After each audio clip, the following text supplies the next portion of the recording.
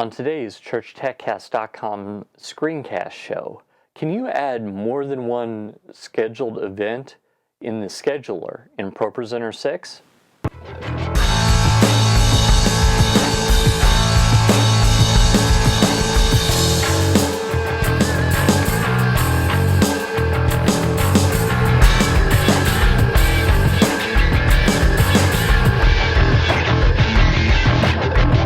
Hi, and welcome again to another episode of the ChurchTechCast.com screencast show. This is the show where every week I help you with the software that we use in the church. My name is Paul Allen Clifford. I'm your host, and I'd love for you to ask your questions, so just do that below the video. Now, you may not know that this show is available as a video podcast, and the episodes are available for just a limited time. So if you want to download them and keep them, the easiest way to do that is go over to trinitydigitalmedia.com/subscribe and subscribe to the ChurchTechCast.com screencast show. If you do that, though, that raises a problem. You can't leave your feedback under the video because it's delivered automatically for free to your device or computer. So how do you deal with that? No problem. Just head over to trinitydigitalmedia.com/CTC screencasts, pick out a show, leave your comment there. Perfectly acceptable way to do it. So this topic comes from the ProPresenter users group, which I created on Facebook, which if you want to join, if you're watching this is probably the group for you. So go to facebook.com/groups/ProPresenter users group and just ask to be a member. I'm trying to keep the spam out, so I'll approve you, and then you can join the over 500 members already that are there. So someone asked, hey, I need to schedule multiple things in a morning, but it doesn't seem to be working. I thought, well, that should work, but should work and does work are sometimes totally different. So let's hop over to my computer and see if it does. And then if it does, we'll talk about maybe some of the possible reasons that it's not working. So let's head over and take a look.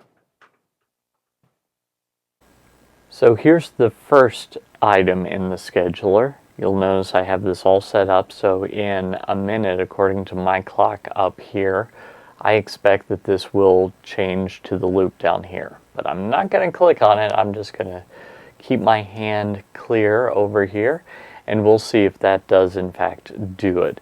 You should note that I have the output off over here, and it worked. I do, as I said, had the output off. It works with the output on as well, so that is good to know. So let me change this to 242 or 1042, and let's also add another one. Let's make it 1043. 43. Okay, and that should be good, except I need a playlist and I need message notes. So let's go down to message notes so that we can see that it has in fact changed. And I expect here in less than a minute, probably about 20-30 seconds now, that it will, yep, went back to the loop. Okay, so that's good. Now we expect when we get to 1043 up here that it will go ahead and change to the message notes, if it's possible to add multiples. I mean, it's possible to add them, but if they actually work. So let's see what happens when we do that. By the way, these are old slides and everything, so don't get hung up on dates or anything like that.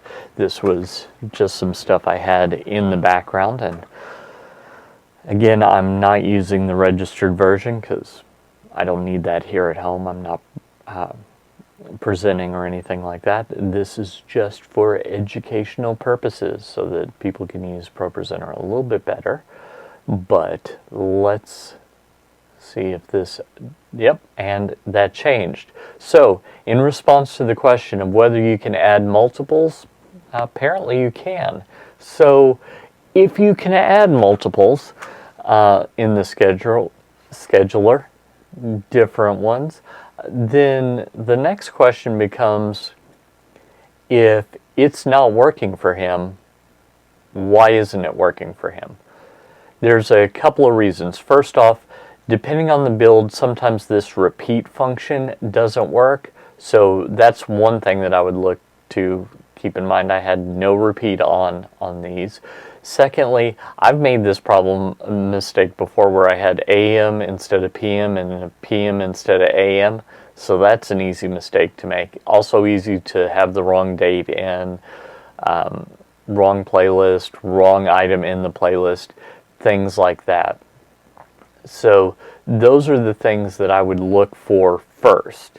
Next, you can go to up here about ProPresenter 6.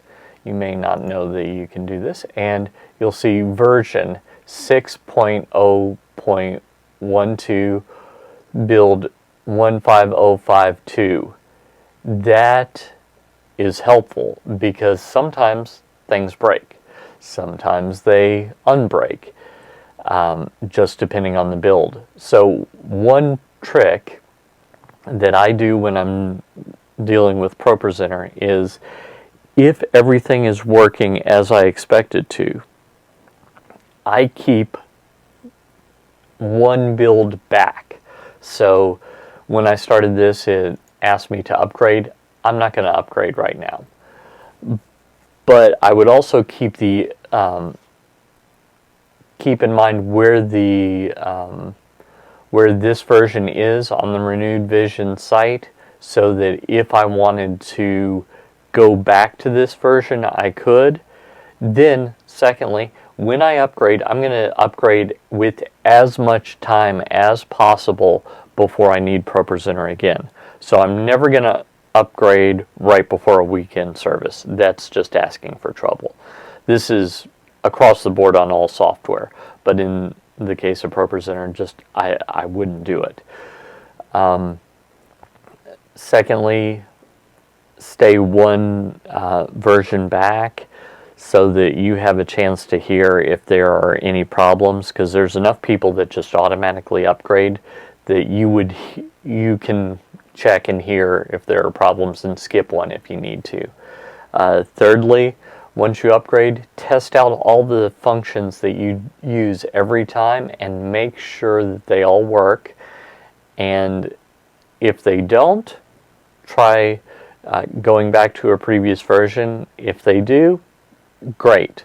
Just always be ready to go in that case, and that's a great thing for all software. So why isn't this working in his case?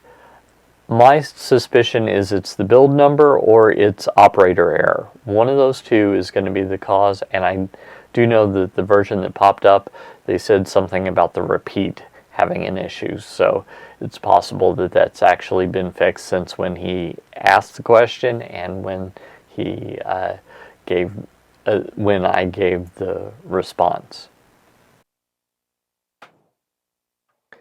Well, I hope that was helpful. You see, it does actually work. So it's possible to do. So then we'll just take those troubleshooting steps and see what's wrong.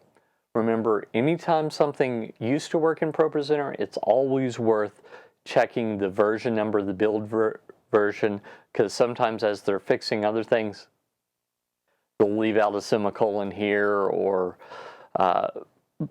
comment something out by mistake there or something like that, and that'll cause a problem. So check that. If you like this content, I bet you'd like my email newsletter, so head on over to trinitydigitalmedia.com/gifts, GIFTS, and pick up your copy. I've just revamped the ProPresenter 5 course, so that's something that you might like, and I'm working on a new introductory ProPresenter 6 course. So if you're interested in that, head over there and take a look.